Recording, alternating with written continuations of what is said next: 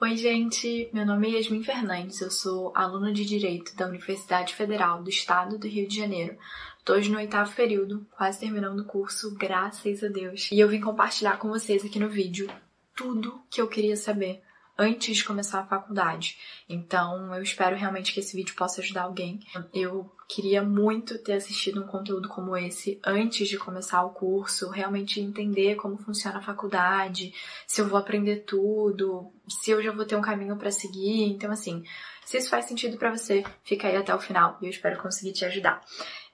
Bom, eu separei algumas perguntas mais comuns, perguntas que eu tinha e que eu gostaria que tivessem sido respondidas antes de entrar no curso, antes de começar. E separei também algumas outras perguntas que eu achei pela internet, que são dúvidas comuns que o pessoal geralmente tem. Então, primeira pergunta. Tô com uma cola aqui do lado, né, que eu anotei os pontos das perguntas. Mas enfim, mitos sobre o curso de Direito. Isso é muito importante.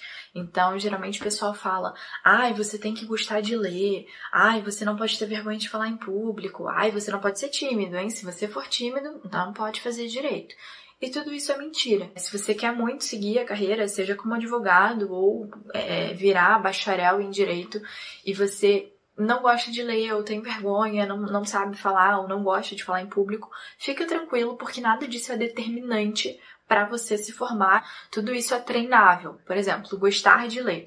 Eu sou uma pessoa que sempre gostou muito de ler, mas eu gosto de ler ficção, eu gosto de ler romance, eu gosto de ler livros agradáveis, eu gosto de ler, por exemplo, neurociência, sabe? São assuntos que me agradam, mas eu não gosto de ler praticamente nenhum dos textos que os professores passam. Eu não gosto de ler jurisprudência, eu não gosto de ler julgado que tem mais de 50 páginas, porque é um texto extremamente técnico, tá? Então, assim, a minha percepção é que ninguém gosta de ler os textos jurídicos, os textos, principalmente aqueles que você tem na faculdade, tá? Às vezes, numa pós, você já tem textos mais do seu interesse ou do seu cotidiano que fazem sentido, mas, no geral, na faculdade, ninguém gosta de ler esses textos. Ninguém lê porque é gostoso, porque tem prazer em ler aquilo ali. Lê mais porque realmente precisa ler para passar de período, para aprender a matéria, enfim, para ganhar ponto que seja, tá? Então, ninguém gosta excessivamente, efetivamente, de ler aquele conteúdo técnico jurídico, tá? Sobre timidez e vergonha de falar em público, isso também é muito treinável. Eu sempre fui tímida, mas eu sempre gostei de fazer trabalho em grupo, falar nos trabalhos em grupo, então acho até que isso pode ter me ajudado, mas não é também algo determinável para a faculdade de Direito. Eu acho que mais de, 80% da minha turma não gosta de ler em público, não gosta de fazer apresentação de trabalho. Isso é algo muito forçado pelos professores, então você vai notar que desde o primeiro período eles colocam seminário, que é basicamente uma apresentação em grupo, você tem que ler ou resumir um tema, um assunto e depois fazer uma apresentação com PowerPoint, slide na frente da turma inteira. E os primeiros períodos de Direito são turmas lotadas, assim, sabe? Então tem tipo 50, 60 pessoas na turma. Enfim, você meio que na força vai quebrando um pouco dessa vergonha. E o mais importante é você saber que, cara, ninguém tá ligando. Aquelas pessoas que estão te assistindo na apresentação, elas estão mais nervosas e preocupadas com o que elas vão falar daqui a pouco do que em prestar atenção se você gaguejou, se você falou alguma coisa errada. Então, assim, sabe, supera. É tranquilo, não se pega a isso. Vamos lá, segunda pergunta. Matérias dos primeiros períodos. E, de fato, as matérias dos primeiros períodos, elas são muito introdutórias. O primeiro ano da faculdade, isso pode variar um pouquinho de faculdade para faculdade, tá? Mas eu acredito que nas federais, às vezes até entre as federais tem algumas diferenças, o primeiro ano, ele é muito introdutório. Então, você tem matérias como introdução à política, sociologia jurídica, história do direito, hermenêutica, sabe? Então, são matérias bastante introdutórias, mas que muitas delas são importantes, tá? Por exemplo, hermenêutica e introdução ao direito são matérias extremamente importantes.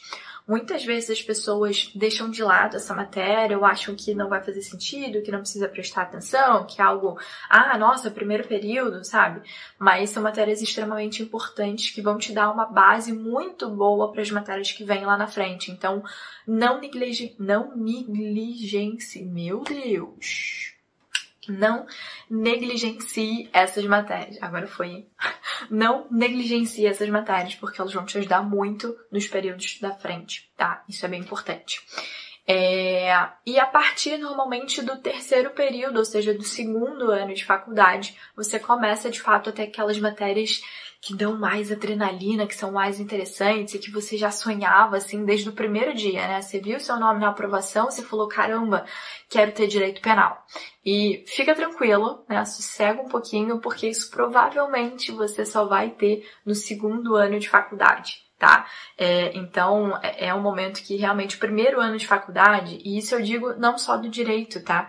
Mas de praticamente todas as faculdades, o primeiro ano, principalmente o primeiro semestre, é algo muito genérico, muito teórico, muito introdutório. Então, ele exige mesmo uma paciência para que você avance no curso e comece a ter matérias que de fato são interessantes, ou matérias que, caramba, é por isso que eu escolhi direito, sabe? Então, tenha só um pouquinho de paciência. A partir do terceiro período, eu comecei a ter direito penal 1, direito do trabalho 1. Então, de fato, matérias que a gente pega um pouquinho mais da rotina, prática, digamos assim. E eu vou falar prática, entre aspas, porque aí eu já entro no terceiro ponto, que é o direito é uma matéria muito teórica. A faculdade de direito, ela é muito teórica. Ela não te prepara para a prática. Então, é muito ingênuo quem acha que se formou em direito e, nossa, tô pronto para atuar. Não. Tá? Lógico, você consegue melhorar isso fazendo estágios em áreas que você gosta, trabalhando em órgãos públicos, então trabalhando na defensoria, mas só pela faculdade você não vai ter acesso à prática, tá? A faculdade em si ela é muito teórica, então todas as matérias têm muito texto, tem pouca parte teórica, às vezes a prova é um caso prático, tem que se colocar como se fosse o advogado da vítima ou o advogado da parte e responder qual seria o procedimento, o que é que você faria, mas no geral é tudo muito prático, ou é tudo muito teórico, tá? E pouco prático. Então, quarta pergunta. Curso, ele é focado em alguma área específica? Por exemplo, a faculdade, ela te forma pro direito criminal, pro direito penal? Não. Então, isso é um pouco diferente, por exemplo, da galera de engenharia, né? Quando você entra num curso de engenharia, você entra para engenharia química, engenharia mecânica, então você já tem uma área específica e definida quando você começa a graduação daquela faculdade. No direito, não. O direito é um curso genérico para todas as áreas de atuação, tá? Então, você entra... eu entrei para ser advogado criminalista? Não, você entrou para ser advogado? Ponto. Dentro da faculdade, é óbvio que você vai se sentir mais à vontade com algumas matérias. Então, nossa, mas eu gosto muito de direito penal. Acho que eu vou querer seguir para a área de advogado criminalista. Não, eu gosto muito de direito civil. Acho que eu vou querer atuar na área civil. Então, você... Durante a faculdade, durante as matérias que são muito teóricas, você vai começar a escolher aquelas que fazem mais sentido, que você se sente mais confortável, que você gosta um pouquinho mais, tá? E para isso é importante que você escolha algum estágio. De novo, não é algo necessário ou determinante. É uma indicação para que você realmente conheça a rotina ali na prática, tá?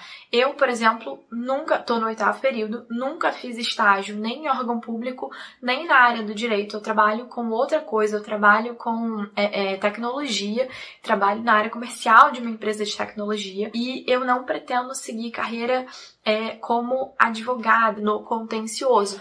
E eu vou falar isso em outros vídeos sobre as diversas carreiras, os diversos ramos de atuação que o direito permite, porque eu acho que isso é algo muito importante e que as pessoas falam pouco, né? Às vezes a pessoa entra na faculdade e fala, mas eu faço direito, então vou ter que advogar, vou ter que trabalhar litigando com o juiz e etc, ou com as partes, e não necessariamente, tá? Existem muitos outros caminhos que você pode seguir e eu realmente quero abrir os olhos de vocês em relação a isso. E eu me perdi no que eu estava falando. Ah, sim, os cursos, desculpa. Então, os cursos do direito é um curso um pouco mais genérico, então você vai aprender de todas as matérias, direito constitucional, direito administrativo, direito civil, direito do trabalho, direito penal, enfim, um pouquinho de todas as matérias para sentir o que faz mais sentido para você. Mas o mais comum é a pessoa se formar como advogado, prestar o exame de ordem, né? Então, prestar lá a prova da OAB, pegar a carteirinha e aí fazer uma pós naquela área que ela pretende seguir. Então, ele se forma como advogado, ponto, e depois ele faz normalmente uma pós, uma especialização, um curso daquela área ou de um tema específico daquela área que ele decidiu seguir. Tá? Então, isso é bem comum para a galera do direito, para os advogados. Quinta pergunta. Idealização por filmes. É muito normal. Eu acho que o direito, assim como a medicina, ele tem uma idealização, uma romantização muito grande, principalmente pelas séries. Então, na Netflix tem muita série sobre direito, tem muita série sobre medicina. E às vezes a gente acaba olhando aquilo ali e achando que, nossa, a rotina deve ser assim. E você tem um estúdio de Hollywood com um cenário maravilhoso e problemas, nossa, super problemáticos, mas num ambiente muito tranquilo e legal e lindo e uma rotina, sabe, um lifestyle, e a prática não é assim, tá? Então, eu acho que a primeira quebra de expectativa é quando você começa no estágio ou quando você visita, de fato, uma delegacia do Brasil, uma delegacia do teu estado e você vê que é uma situação completamente diferente. Então, tenha muito cuidado, tenha muita atenção em idealizar ou romantizar isso que você vê nas séries, porque a prática é muito diferente, tá? Então, assista vídeo de outras pessoas que atuem nessa área que você idealizou por conta de uma série e tenta acompanhar um pouquinho a rotina dessa pessoa, o que ela passa, de fato, como acontece, sabe? As séries de Hollywood, elas são muito distantes da realidade que a gente tem. Então, só cuidado com isso, tá? Sexta pergunta. O curso é muito teórico. Não é bem uma pergunta, né? Mais uma afirmação. E, de fato, eu falei algumas vezes aqui que todos os professores costumam passar uma carga teórica, uma carga de leitura muito densa, muito grande, não só de texto, mas de jurisprudência, enfim. Então, sim, é um curso muito teórico. A gente não tem muito acesso à prática, tá? A prática mesmo a gente acaba acessando, como eu falei, por estágio, então, fora da faculdade. Eu, inclusive, estou no 8º período, tive uma matéria, acho que eu comecei essa matéria período passado, se não me engano, no 7º, que chamava Prática Jurídica 1, que é uma matéria obrigatória da grade e serve principalmente para quem não faz estágio. Então, quem faz estágio geralmente consegue cortar essa matéria. Quem não faz estágio precisa fazer essa matéria. E aí eu falei, nossa, ótimo, vou ter um gostinho, vou ter um pitaco ali da prática para realmente ver qual é e etc. E, poxa, foi horrível, assim, eu quebrei muito a minha expectativa, porque eu tava esperando uma coisa mais prática mesmo, casos práticos, e nossa, eu vou ajudar alguém, vou solucionar um caso, sabe, uma coisa mais emocionante.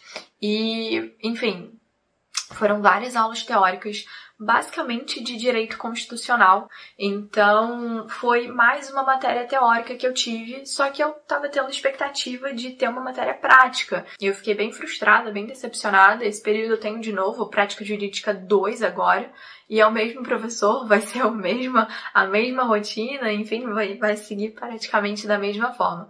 É um curso muito teórico, tá? Então, assim, para você ter realmente acesso à vivência, à prática, ao dia a dia daquela profissão, o ideal é que você faça isso fora da faculdade, tá? Na verdade, eu acho que o único caminho é que você faça isso por fora da faculdade. Tá, seguindo um pouco disso, então, 7ª pergunta. Sobre estágios e o que a gente pode aprender, assim, fora da faculdade, né, de fato a prática. Os estágios você já consegue, um ponto positivo do direito é que é uma carreira muito ampla e é uma carreira que está sempre precisando de profissional, tá? Então não ache que o direito está saturado, porque ele não está. É uma carreira que sempre precisa de mão de obra. Então, desde o primeiro período, você já consegue um estágio. E isso é um grande diferencial, tá? Muitas faculdades você só consegue um estágio depois da metade do curso, ou lá pra frente, sabe? Um estágio realmente na sua área. E no direito, não. Desde o primeiro período, você já consegue um estágio em defensoria, por exemplo, é um lugar que sempre precisa de gente. Então, é mais fácil você conseguir em órgãos públicos, tá? E escritório, geralmente, eles costumam pegar o pessoal a partir do terceiro período. Alguns, ou para algumas vagas um pouquinho mais específicas, eles pedem a partir do quinto ou sexto período. Mas antes disso, você já pode pegar um pouquinho da prática pela defensoria ou algum órgão público que fique perto ou da sua faculdade ou da sua casa, tá? Então, eu acho que esse é um ponto bem positivo, porque a maioria dos estudantes de direito já começam a trabalhar desde o primeiro período. Mesmo que não seja um estágio, a pessoa já tem um outro trabalho para pagar as despesas, sabe? Mesmo dentro da federal tem muito isso. E eu lembro que eu mesma comecei a trabalhar desde o primeiro período da minha faculdade, e no primeiro período, eu acho que, 50% da minha turma começou a trabalhar também, ou já trabalhava. A partir do segundo período, foi 80% da minha turma já trabalhava, ou já estagiava, já fazia alguma coisa, tá? Então, isso é muito comum nas faculdades de direito, principalmente nas públicas.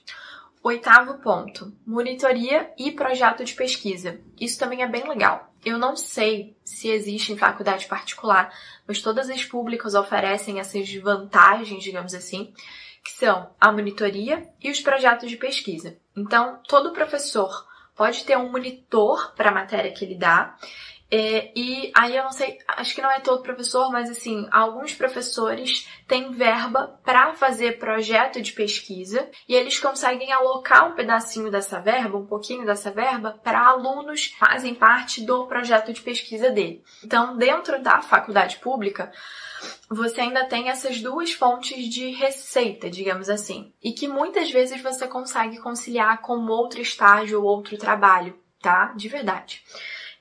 O projeto de pesquisa é basicamente para você ajudar algum professor, então o ideal é que você escolha um professor que você gosta, ou uma matéria, um tema que você gosta. Eles costumam avisar, olha pessoal, estou fazendo um projeto de pesquisa dessa matéria. Quem tiver interesse, fala comigo. E às vezes eles fazem um processo seletivo para selecionar alguns alunos, tá? Eles têm vagas limitadas, obviamente. E existe também o processo de monitoria. Então, a partir do segundo período, você já consegue ser monitor das matérias do período que você já fez, tá? Então, assim, logicamente, você tem que ter terminado, você tem que ter cursado e passado aquela matéria para ser monitor. Então, todos os professores, todas as matérias precisam ter também um monitor, e isso tem uma vantagem financeira, tá? Você recebe para ser monitor daquele professor, normalmente você ajuda ele com algumas demandas da matéria, então, olha, avisa os alunos que dia tal é a prova, me ajuda a criar um Google Classroom, essa é uma dificuldade grande dos professores, posta atividade no Classroom, me ajuda a corrigir prova, então... 9º ponto e último, tá, desse vídeo, vademecum. Eu até trouxe o meu vadzinho aqui. Ele pesa 3 toneladas. Ele é simplesmente enorme. Ele tá um pouquinho grifado de uma última prova que eu fiz. Eu tentei colocar algumas coisinhas aqui dentro, não sei se eu vou achar. Eu não gosto de grifar o meu... aqui. Coloquei anotações aqui dentro, acho que dá pra ver. Enfim... Gente, isso aqui pesa 3 toneladas, tá? Então, assim, não se desespere para comprar um vademecum no primeiro período, porque você não vai usar. Primeiro, você não usa o vademecum no primeiro ano de faculdade, tá? É muito difícil você precisar de um vademecum no primeiro ano. E é muito normal você passar na faculdade de Direito e algum familiar querer te presentear com um vademecum, ou você mesma ficar ansioso assim como eu fiquei, eu vi o meu nome e eu falei, nossa, eu preciso amanhã comprar um vademecum.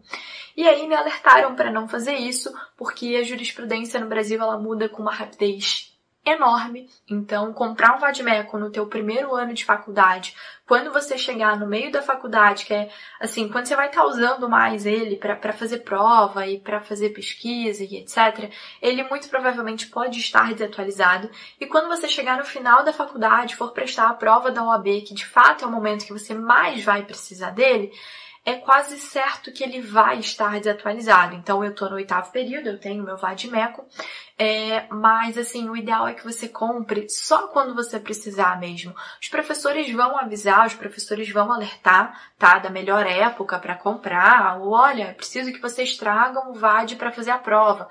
Eles nem falam do VAD em si, eles falam, olha, prova de processo penal. Preciso que vocês tragam um código de processo penal, porque essa é a única consulta que vocês vão ter para fazer essa prova. E aí, ok, você vai levar o teu código. Aí existe o vade-mecum, eu vou explicar, não sei se todo mundo sabe, mas o vade-mecum nada mais é do que uma consolidação de diversas leis, diversos códigos. Então, o meu, por exemplo, ele tem a Constituição, Código de Processo Civil e o Código Civil, Código Penal e Código de Processo Penal, tá? Então ele tem, CLT, estatutos, súmulas, tá? Então ele tem diversas legislações compiladas nesse livro. Só que, obviamente, é um livro muito grande, muito pesado. Imagina ficar zanzando de um lado para o outro com este trambolho, né? Não faz muito sentido, tá? Fora que hoje em dia você consegue acessar toda essa legislação pelo seu celular. Então, assim, professor, lógico, para fazer uma prova, muito provavelmente o professor não vai deixar acessar pelo celular, né? Ou pelo tablet. Mas durante a aula, para fazer anotação, para acompanhar a aula com o professor, nossa, acessa pelo celular. Assim, vai ser muito mais leve, muito mais fácil para você acessar e pegar o conteúdo por ali. Não se preocupe com o vade-mecum no primeiro ano de faculdade, tá? Bom, eu vou ficando por aqui. Eu acho que esses eram os pontos principais que eu queria passar para vocês. Como eu falei, eu queria muito ter tido acesso a esse conteúdo antes de entrar na faculdade, antes de começar a cursar direito. Espero que eu tenha ajudado algum de vocês de como vai ser a faculdade ou de como é o curso de direito, pelo menos aqui na minha faculdade federal, tá bom? É isso. Beijo!